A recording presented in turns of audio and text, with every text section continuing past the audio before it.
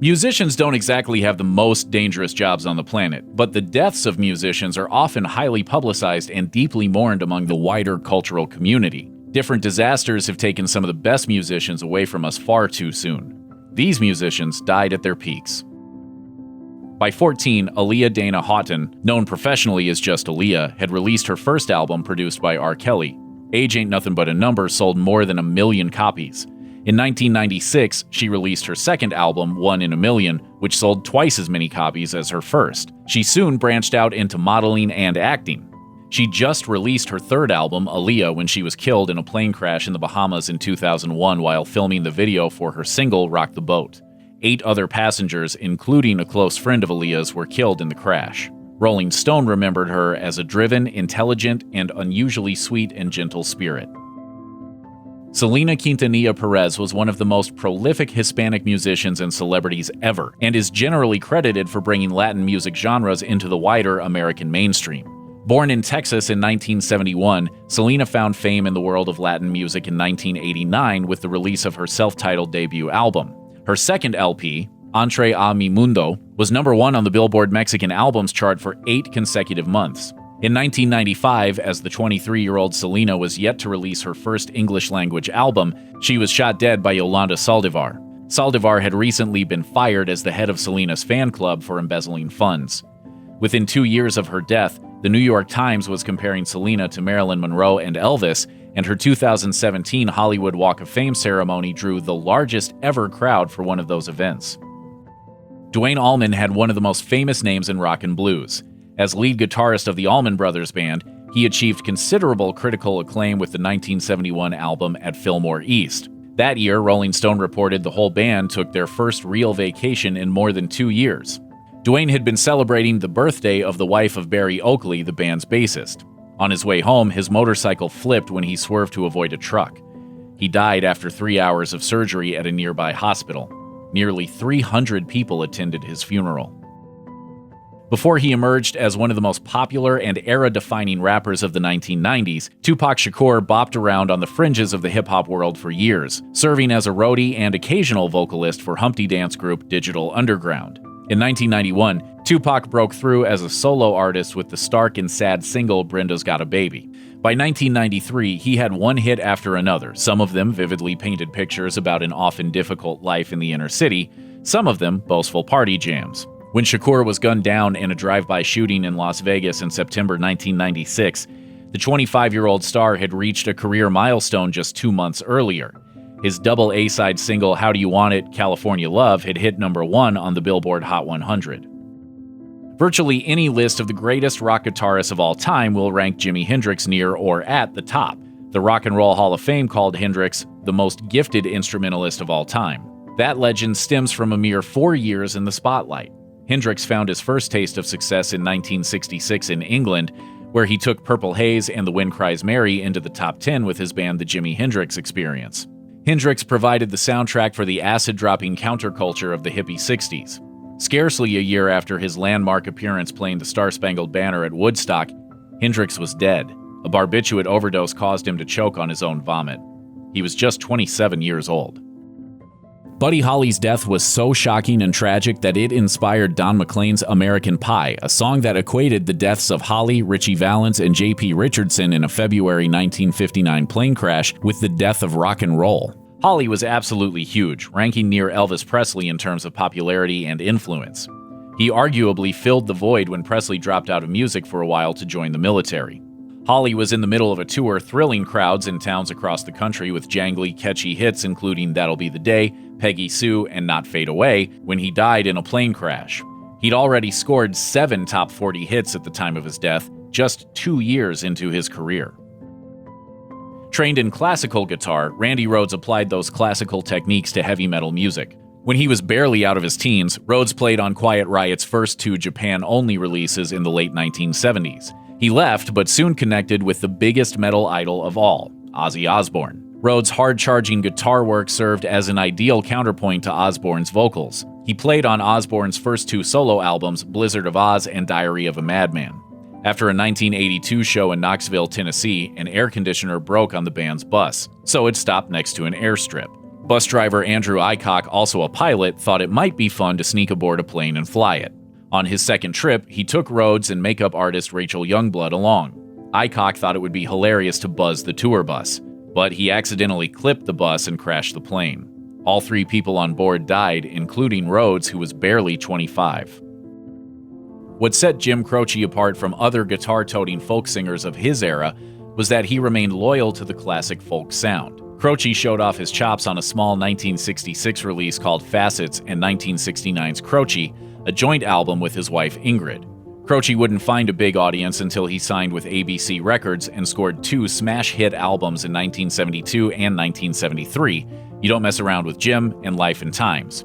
The latter includes what's probably his best-known song, the #1 hit Bad Bad Leroy Brown.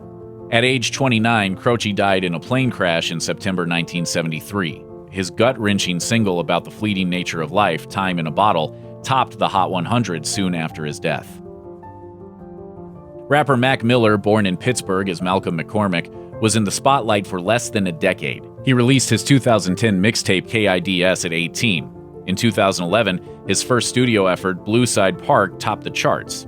His status as an up-and-coming star was solidified further with singles including Self-Care, Loud, and The Way, a collaboration with then-girlfriend Ariana Grande. By 2018, Miller was hugely famous, but he suffered in his personal life.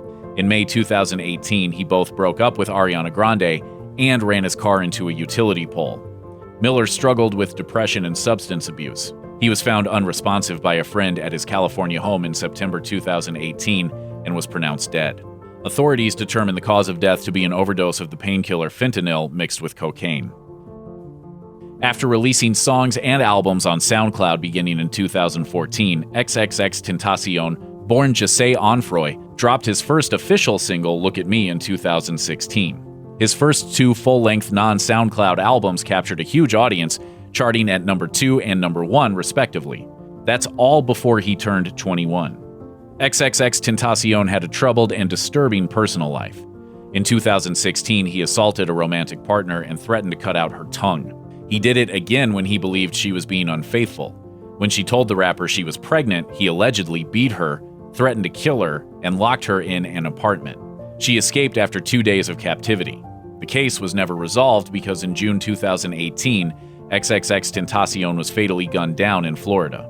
By that time, he'd charted 30 songs, and there was legitimate buzz he could have received a posthumous Best New Artist nomination at the 2019 Grammy Awards.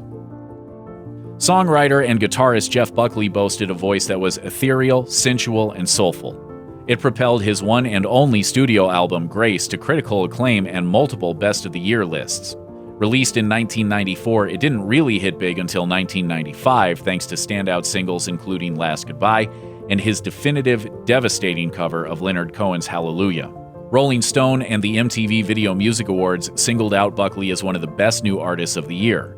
The 30-year-old Buckley seemed on the cusp of superstardom in May 1997. In Memphis to work on his second album, he went swimming in the Mississippi River, fell under the surface, and didn't come back up. His body was recovered a week later. With her beehive hairdo and vintage outfits, Amy Winehouse was a mid-2000s throwback to the early 1960s. She dazzled crowds with her powerful bluesy voice, slick production by superstar knob turner Mark Ronson, and often dark personal lyrics. She sang from experience on her best-known song, the #9 hit Rehab. Winehouse cleaned up at the 2008 Grammys.